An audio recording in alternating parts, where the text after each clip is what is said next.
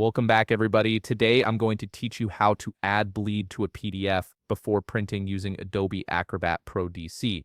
This is essential if you're preparing files for professional printing, as bleed marks ensure your design extends beyond the trim edge, preventing unwanted white borders in the final product. First, open Adobe Acrobat on your computer and log in with your credentials. Once you're in, navigate to Recent Files and select the file you want to add bleed marks to. This will open your PDF in the main workspace, ready for editing. Now look over to the left panel and click on View More. This will expand additional options that aren't immediately visible in the default view. Scroll down until you see Use Print Production and click it. This tool is specifically designed for preparing files for professional printing, giving you access to advanced features like printer marks and bleed settings. In the left panel, you'll now see a new set of options.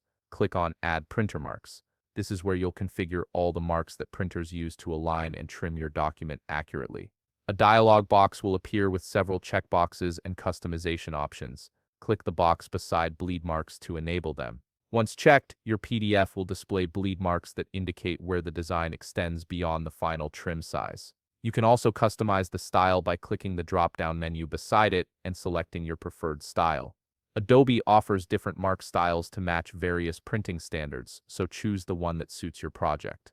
You can also adjust the line weight by clicking the drop-down menu beside it and selecting your line weight. Thicker lines are easier to see on screen and in print, while thinner lines are more subtle. Choose what works best for your workflow and the printer's requirements. Next, navigate to Page Range. Here, select your preferred options such as All or Selected. If you only need bleed marks on specific pages, this is where you'll specify that. For most projects, selecting All ensures consistency across the entire document. Once you've made your selections, click OK.